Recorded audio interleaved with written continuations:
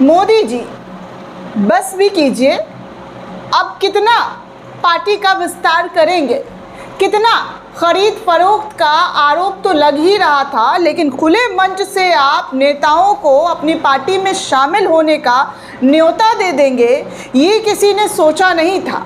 जी हाँ दोस्तों, आप सही सुन रहे हैं। अब तक तो भारतीय जनता पार्टी पर नेताओं को खरीद फरोख्त का आरोप लगा है, पार्टियां तोड़ने का आरोप लगा है, कांग्रेस के नेताओं को अपने पार्टी में शामिल करने का आरोप लगा। आरोप क्या, बीजेपी में भरे पड़े हैं। जिस कांग्रेस को भ्रष्टाचार का प्रतीक बताते हैं नरेंद्र मोदी, भारतीय जनता पार्टी, उन कांग्रेस का कैसे वो तहे दिल से चाहते हैं कि उनकी पार्टी में वो शामिल हो जाए। भरे मंच पर आज खुद प्रधानमंत्री नरेंद्र मोदी ने जो कहा दोस्तों, वो सुनकर आप दंग हो जाएंगे कि आखिर देश के प्रधानमंत्री इस तरीके की भाषा, इस तरीके की बातें किसी दूसरे दल के नेताओं के लिए, स्पेशली कांग्रेस के सीएम के लिए अपनी पार्टी में बुलाने का जो खुला खेल, खुला पेशकश कर दिया, वो सब कुछ आपको इस रिपोर्ट में बताने वाली हूँ। साथ में आपको एक और जानकारी दूंगी कि हमारे प्रधानमंत्री हार चुके हैं, हताश हो चुके हैं और सही सही सत्य सत्य कबूल जो है अब कर रहे हैं। हालांकि खुलकर कबूलियत नहीं हो रही है, बल्कि इस देश के 145 करोड़ देशवासियों को सावधान हो जाना चाहिए कि हमारे प्रधानमंत्री किस तरीके की गोल गोल घुमा घुमा कर बातें कर रहे हैं। इसीलिए बुरा वक्त आने से पहले सतर्क हो जाइए। बाकी भारतीय जनता पार्टी के बड़े नेता, जी हाँ, बड़े नेता कर्म करने निकले थे, लेकिन कांड में फंस गए हैं और इतने बड़े कांड में फंसे हैं कि बेचारे गिरफ्तार हो गए। ये भी खबर आपको बताऊंगी। बाकी राहुल गांधी और विजय थलपति, आज जो तमिलनाडु में ऐतिहासिक शपथ हुआ है, उसके शपथ के फौरन, जी हाँ, 10 मिनट में 3 बड़े फैसले विजय के जरिए लिया गया है, जिसकी चर्चा चारों तरफ हो रही है। बाकी आपको ये भी बताऊंगी कि कैसे बंगाल जल उठा है, धधक रहा है बंगाल, और इस बंगाल को धधकाने में कौन से लोग शामिल हैं, वो सब कुछ एक एक करके आपको बताऊंगी। और कायदे से इस्तीफा जो अभी नई सरकार बनी है, उनको दे देना चाहिए, क्योंकि आप जिस बंगाल को सुरक्षित करने की बात कर रहे थे, सुरक्षा देने की बात कर रहे थे, वो बंगाल पूरी तरीके से मणिपुर जैसा दिखने लगा है। वो तस्वीरें भी आपको दिखाऊंगी और जाते जाते आपको ये भी वीडियो में बताऊंगी कि कैसे गोदी चैनल पूरी तरीके से एक्सपोज हो गया है। उनकी जो मालिक के प्रति वफादारी है और विपक्ष के प्रति उनकी जो कुंठा है, वो सब कुछ एक एक करके आपके सामने रखूंगी। चलिए सबसे पहले शुरुआत करते हैं खबर का। आपको बता दूं कि कल प्रधानमंत्री नरेंद्र मोदी हैदराबाद पहुंचे थे। हैदराबाद में सभा कर रहे थे। हज़ारों की भीड़ थी यहाँ पर, क्योंकि यहाँ तेलंगाना के सीएम रेवंत रेड्डी भी मौजूद थे और उसी मंच पर हमारे प्रधानमंत्री खुला ऑफर कांग्रेस के सीएम रेवंत रेड्डी को देते हुए नजर आए हैं। अपनी पार्टी में शामिल होने की पेशकश करते हुए नजर आए हैं।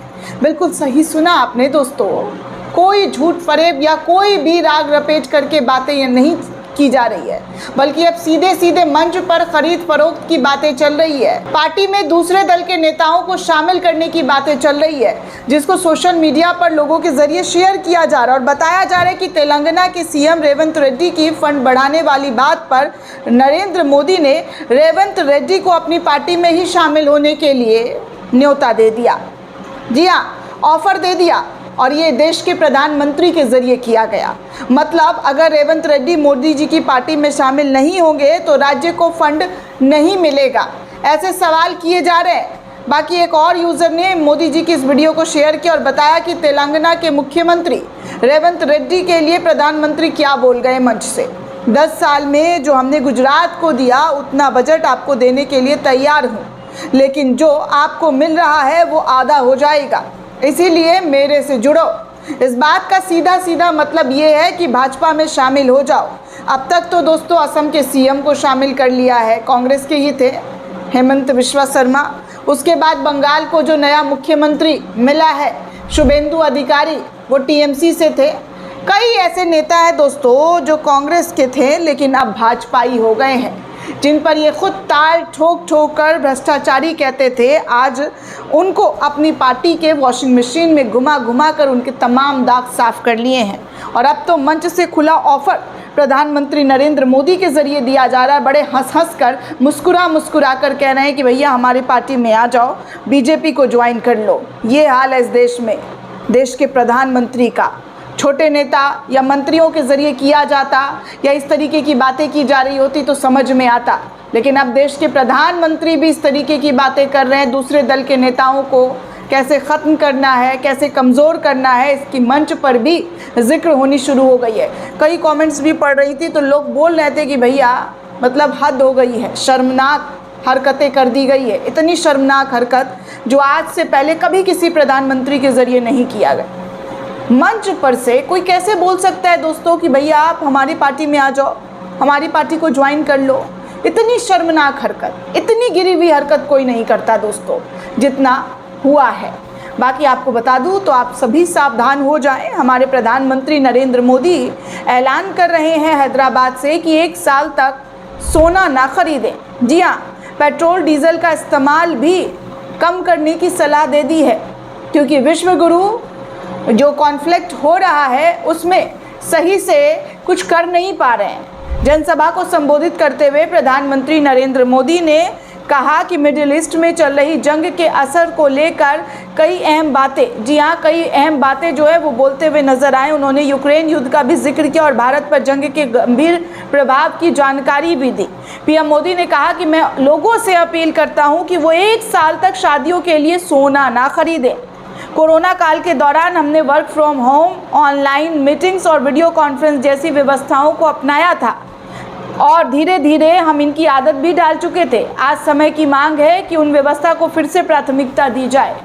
सोचिए दोस्तों, ये रैली कर लेंगे, करोड़ों रुपए रैलियों में खर्च कर देंगे, मंच सजा लेंगे, अपनी पार्टी को के लिए जो है बड़े बड़े फंड रिलीज़ कर देंगे, प्रचार प्रसार में करोड़ों रुपए झोंक दिए जाएंगे और जनता से अब अपील कर रहे हैं कि भैया अपना सोना खरीदिए और पेट्रोल डीजल खरीदना तो आप कम ही कर दीजिए। बाकी दोस्तों आपको एक और जानकारी दे दूँ तो उत्तर प्रदेश के उत्तम नगरी से एक खबर आ रही है कि यूपी में बीजेपी नेता जितेंद्र जायसवाल 103 किलो गांजे के साथ गिरफ्तार हुए हैं। यह आदमी अभी जिला पंचायत सदस्य भी है। बिहार से गांजा लेकर यूपी में सप्लाई करते थे। सरकार के बड़े बड़े नेताओं की ये बहुत करीबी माने जाते हैं। बीजेपी सिर्फ भ्रष्टाचार नहीं कर रही है बल्कि पूरी पीढ़ी को बर्बाद कर रही है, जो आज कल नहीं होंगे लेकिन अपने बच्चे, जी हाँ जो आज हैं वो कल नहीं होंगे लेकिन अपने बच्चे आपके कैसे बर्बाद होंगे, कैसे पीढ़ियां तबाह होंगी, इनका खुला खेल जो है पुलिस के सामने आया और अब इन महाशय को पुलिस ने गिरफ्तार कर लिया। इनकी तस्वीरें आप देख सकते हैं कि बीजेपी के कई नेताओं के साथ खिंचवाई हुई है और ये जिला पंचायत सदस्य भी हैं। आगे दोस्तों आपको बता दूं कि कल जो है तमिलनाडु में कितनी मुश्किलों के बाद विजय थलापति ने सरकार बना ली, शपथ ग्रहण कर लिया और शपथ ग्रहण में राहुल गांधी भी मौजूद थे। शपथ ग्रहण के मात्र 10 मिनट के बाद 3 बड़े फैसले जो है थलापति के जरिए लिया गया। पहला, 200 यूनिट बिजली फ्री कर दिया गया। दूसरा, ड्रग्स की समस्याओं के लिए स्पेशल टास्क फोर्स बना दिए गए और तीसरा जो है महिलाओं की सुरक्षा के लिए स्पेशल टास्क फोर्स जो है वो बनाकर ऐलान कर दिया गया। बाकी कोलकाता का हाल देख लीजिए, बंगाल की स्थिति कितनी भयानक और भयावह हो गई है। खुजैरी हिजली शरीफ में 60 से ज़्यादा दुकानों को फूंक दिया गया है। इसमें हिंदू और मुसलमान दोनों समुदायों की दुकानें थी। राजनीति हिंसा पहले से ज़्यादा भयानक रूप बंगाल में ले चुका है। फिर भी सुरक्षा बल किस लिए यहाँ पर तैनात किए गए थे किसी को नहीं पता। किसकी सुरक्षा कर रहे हैं ये भी किसी को नहीं पता। बंगाल में पहले से ही राजनीतिक हिंसा लगातार होती रही है। बीजेपी से ख़त्म करने की बात कर रही थी, बड़े बड़े ऐलान कर रही थी। हिंसा, नफरत और तबाही की आपदा आज खुद बीजेपी के शासन में आप देख सकते हैं कि बड़े भयानक तरीके की आग लगाई गई है। विजुअल्स नहीं दिखा सकती हूँ लेकिन हाँ पानी छिड़कता हुआ कुछ तस्वीर आपको दिखा सकती हूँ, ब्लर करती हुई वीडियो दिखा सकती हूँ कि ये हाल बंगाल का कर दिया गया है। बंगाल इस वक्त भयानक तरीके से हिंसा के चपेट में है। 4 तारीख से लेकर दोस्तों आज 11 तारीख हो चुके हैं और ये 10 तारीख की वीडियो है जिसमें आप देख सकते हैं कि क्या हालात बंगाल के बनाए गए हैं। गृह मंत्री जी कुछ आपसे हो नहीं पा रहा है, ना सुरक्षा दे पा रहे हैं और ना ही देश को संभाल पा रहे हैं। और जिस बंगाल को आपने जीता है उस बंगाल का हाल आप देख सकते हैं कि 10 तारीख हो गया है, 11 तारीख हो गया है, अब तक वहाँ पर हिंसा ख़त्म नहीं हुई है। बाकी आपको बता दूं दोस्तों, तो हमारे गोदी मीडिया जो हैं, जी हाँ, मोदी के झाल मुड़ी वाले वीडियो पर 120 मिनट तक आज तक के ज़रिए कवरेज दिया गया। जी न्यूज़ पर 90 मिनट का कवरेज हुआ। इंडिया टीवी ने तो 75 मिनट कवरेज किया। न्यूज़ 18 वालों ने तो इन सब को पछाड़ते हुए 160 मिनट का कवरेज दिया।